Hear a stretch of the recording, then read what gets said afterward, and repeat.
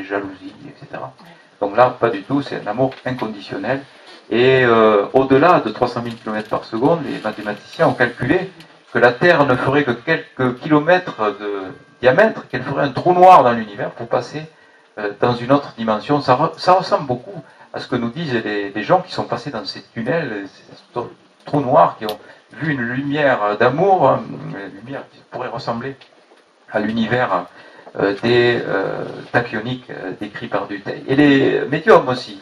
Les médiums pourraient avoir accès, pourquoi pas, à cet univers-là par concentration, en se connectant avec leurs récepteurs cérébraux dans ces univers-là et en recevant des informations par rétrocognition dans le passé ou par précognition dans le futur, en devinant un petit peu le futur et le passé des gens et en recevant des messages à la fois visuels en clairaudience ou des messages sonores en clairaudience, en clairvoyance ou en clairaudience. Je terminerai par cette diapositive, les signes de l'au-delà, parce que il y a des artistes qui se comportent vraiment comme des médiums. J'ai discuté de ça en aparté avec Didier Van Covelert, peut-être vous connaissez cet écrivain.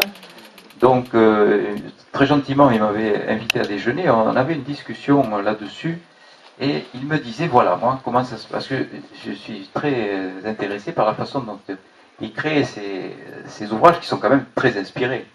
Il me dit, voilà, moi, quand je suis en création, il faut que je m'enferme, et je peux écrire pendant 13 heures d'affilée, sans me nourrir, sans manger, presque sans boire, et à la fin, je vois même pas qu'il s'est passé 13 heures. Ça ressemble quand même beaucoup à un cerveau médiumnique, ça.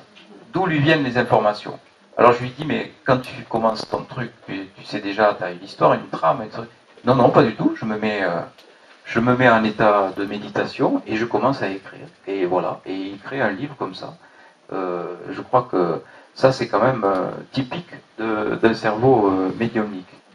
Alors, transcommunication mentale, si on admet que la conscience puisse être donc concentrée sur de la matière cérébrale, pourquoi pas sur certains supports. Moi, ça ne me choque pas du tout d'apprendre qu'il y a des expériences donc avec des messages reçus sur des bandes phoniques, sur des écrans de télévision, sur des téléscripteurs, sur des téléphones portables, il y en a beaucoup qui ont des messages comme ça, ce qu'on appelle la transcommunication instrumentale. Instrumentale par l'intermédiaire d'un instrument, ça peut être un simple stylo qui se met à marcher tout seul parce que c'est la main du médium qui va être guidée. Là, c'est pas du tout l'écriture inspirée, c'est l'écriture automatique. Mais l'écriture automatique, c'est déjà de la transcommunication instrumentale puisque c'est l'instrument qui est utilisé, c'est le stylo. Les signes électriques, eh ben, il y en a beaucoup. Beaucoup de gens m'écrivent pour me dire qu'après un décès, eh ben, il y a beaucoup de postes qui s'allument tout seuls, de radios, d'ampoules qui claquent, qui s'allument. Georges Toussaint, qui vous connaissez sans doute, qui a fait un livre là-dessus, enfin, pas que là-dessus, mais sur les contacts qu'il avait, a eu un contact avec son épouse décédée, très surprenant. Il avait le chiffre 17 qui était le chiffre fétiche. Le chiffre 17 l'a suivi partout, les a suivis partout. Ils sont connus un 17, machin. Ils se sont mariés un 17, bon, ça encore, on dirait, on peut l'arranger. Mais son épouse est partie un 17 à 17h, chambre 17. Elle est partie d'un processus cancéreux et elle est partie à cette époque-là. Ça c'est précis, ça fait beaucoup de 17. Bon, bien sûr très malheureux, bien que persuadé que la vie continue de l'autre côté, mais très malheureux quand même, parce que vous savez, on a plus quand même le même rapport quand on quitte quelqu'un, provisoirement, mais on le connaît d'une autre façon. Eh bien, il a eu des signes magnifiques avec le 17. Quand il est rentré chez lui, tard, il a eu, non pas une, deux, trois, quatre ampoules grillées en même temps, il en a eu 15. Alors il a cru devenir fou, il les a comptés, recomptés, il a dit bon, je vais faire un tour en voiture parce que là ça va pas. Et en faisant le tour de voiture, il s'est aperçu qu'il y avait les deux parties. Voilà, je vous parle de mon expérience. Actuellement, je suis en voie de guérison, enfin je l'espère. d'un cancer du sein du péritoine et des métastases aux os, notamment colonne vertébrale et hanche. Et donc, je suis suivie. J'ai fait une expérience dans la nuit du 4 au 5 avril, après avoir été bien bas, d'un point de vue physique. Dans cette nuit du 4 au 5 avril, j'ai vu apparaître, cette année, j'ai vu apparaître les ancêtres. Et notamment ma grand-mère maternelle que j'aimais énormément. Et cette nuit-là, donc je pleurais à chaudes larmes. Et j'étais dans un état.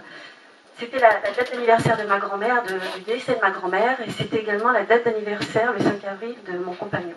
Mais là, d'anniversaire de naissance de mon compagnon. Et donc, j'étais dans un état où je pleurais, mais alors à chaudes larmes. J'avais des rictus et bon, voilà. Et puis, je vois, donc à ce moment-là, avant même de voir ma grand-mère, je commence à me dire, parce qu'il faut que vous sachiez que je faisais de l'eau acide, donc j'avais un ventre, on m'enlevait 2 fois par semaine de l'eau acide, c'est-à-dire 4 litres d'eau acide 2 fois par semaine. Donc, j'étais dans un état pitoyable. Et donc, j'avais un ventre pas du tout normal, hein, donc je ressemblais à une femme enceinte, etc. Et puis, je disais, dans mon rictus, je disais, c'est un miracle, je suis guérie, il faut savoir qu'on ne me donnait pas de chance de guérison, hein, il faut le savoir. Et je suis guérie, et donc là, à ce moment-là, et je pleurais, j'ai vu ma grand-mère maternelle, et puis après, à côté de ma grand-mère maternelle, que j'ai caressé sa joue, et j'ai senti sa joue, et j'ai vu également ma mémé, quand elle était en maison de repos, elle avait une veste rose qu'elle avait tricotée elle-même, et j'ai vu sa veste rose, j'ai vu ses joues roses, et je caressais son visage flétri, c'était assez émouvant. Et puis j'ai vu à côté donc mes ancêtres, mon autre grand-père, mes autres grands-parents, enfin toute ma famille, et puis parti là-haut. Et puis j'ai vu mon mari, puisque je suis veuve depuis 16 ans, et donc j'ai vu mon mari, et là j'ai dit à mon mari, non, je partirai pas, je peux pas partir parce que il faut que je m'occupe de notre petit-fils qui vient de naître, et puis il a besoin de moi, et puis de tes parents, parce qu'il était fils unique, et ils ont besoin de moi, ils sont tout seuls, t'es plus là, non, je peux pas partir. Et en même temps, je continue à pleurer tout ça. Donc voilà, ça c'est une première expérience que j'ai vécue. J'ai vécu également, effectivement, quand vous parlez de la prière, alors là aussi, j'ai compris des choses, c'est-à-dire que, si vous voulez, quand on a un cancer notamment, et quelle que soit, à mon avis, la maladie, effectivement, vous avez raison, bon, elles sont liées à des causes, diverses causes, mais je crois des causes effectivement liées à un psychique. Donc j'ai essayé de comprendre les causes pour essayer de comprendre les effets, c'est-à-dire ce que mon corps avait. Mon corps est dans un nettoyage, en fait, se nettoie à mon sens. Et puis j'ai compris qu'il y avait un chemin spirituel à faire en même temps, de préférence, mais tout le monde n'en est pas là pour faire ce chemin spirituel, tout le monde n'a pas cette ouverture de conscience, justement. Et j'ai compris aussi qu'il y avait une autre voie qu'on peut allier à la première, mais aussi qu'on peut séparer de la première, qui est très simple et pourtant si compliquée dans ce monde si matériel, c'est la prière. Donc effectivement, j'ai découvert tout à fait par hasard, alors que j'habite dans un petit village, qu'on avait une petite chapelle. J'y suis depuis 2 ans, ce petit village, j'avais jamais vu qu'il y avait une chapelle. Et c'est de la chapelle Saint-Roch.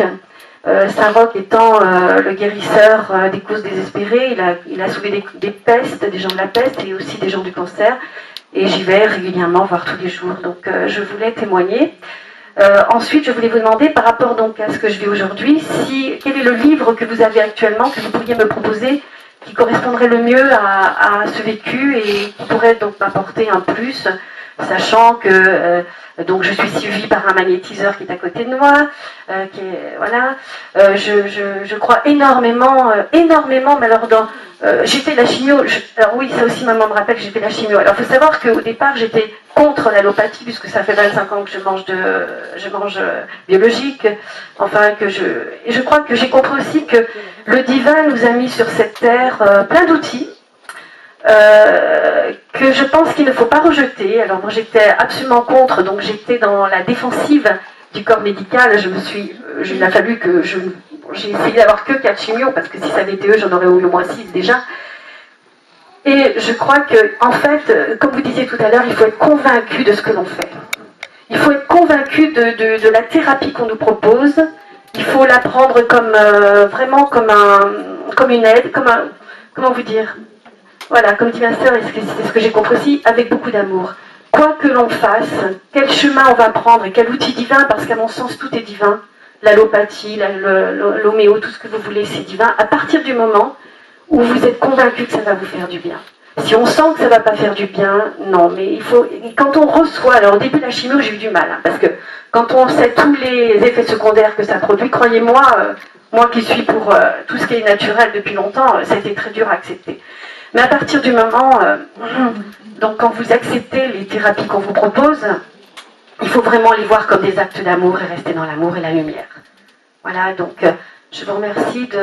Je ne vais pas m'attarder plus parce qu'il y a d'autres gens qui ont sûrement besoin de parler, mais merci donc de me proposer un livre qui correspondrait aujourd'hui au chemin de vie que j'ai pris et où j'en suis, s'il vous plaît.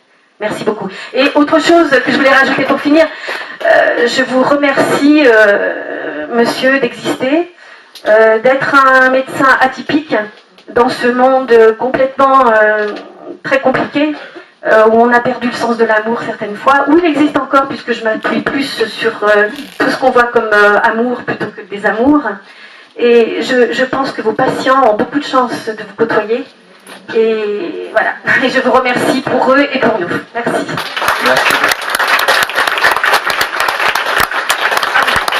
Je voulais rajouter, ma sœur me dit bien sûr le groupe des spirites, bien évidemment, mais bon, j'ai eu l'occasion de le faire voilà, de façon personnelle, de leur dire merci parce qu'ils ont prié pour moi. Et donc, je rajouterai juste une chose. Tout à l'heure, vous avez parlé de la prière, si elle n'est pas forcément bonne ou pour certaines personnes, je vous rejoins. Pour ma part, elle est très bénéfique de savoir qu'on prie pour moi. D'abord, croyez-moi, ça m'aide dans ce chemin, qui est un chemin chaotique et difficile. Il y a eu des moments vraiment terribles. Effectivement, je crois que c'est du cas par cas. Il y a des gens qui n'ont pas l'état de conscience, qui n'ont pas la capacité, ils en sont là et sans aucun jugement, vont pas pouvoir entendre ça, compris pour eux. Et puis d'autres, au contraire, ça va les porter et ça va les aider. D'autres, ça va les amener sur un chemin qu'ils ne connaissaient pas, ou qu'ils connaissaient, mais bon, voilà, pas plus que ça. Donc je crois que vraiment là, c'est du cas par cas. Et donc je remercie tous les gens qui m'aident, qui m'ont aidé, et des gens comme vous. Merci.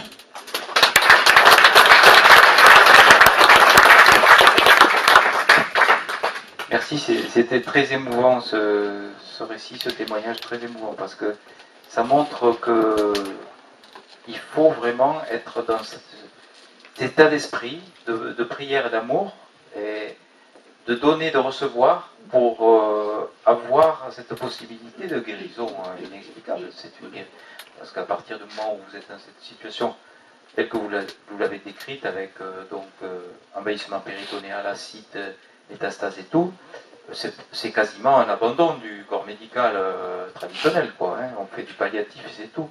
Et là, de voir dans quel état vous êtes aujourd'hui, c'est vraiment la preuve éclatante, quoi, que la guérison spirituelle existe bien, quoi.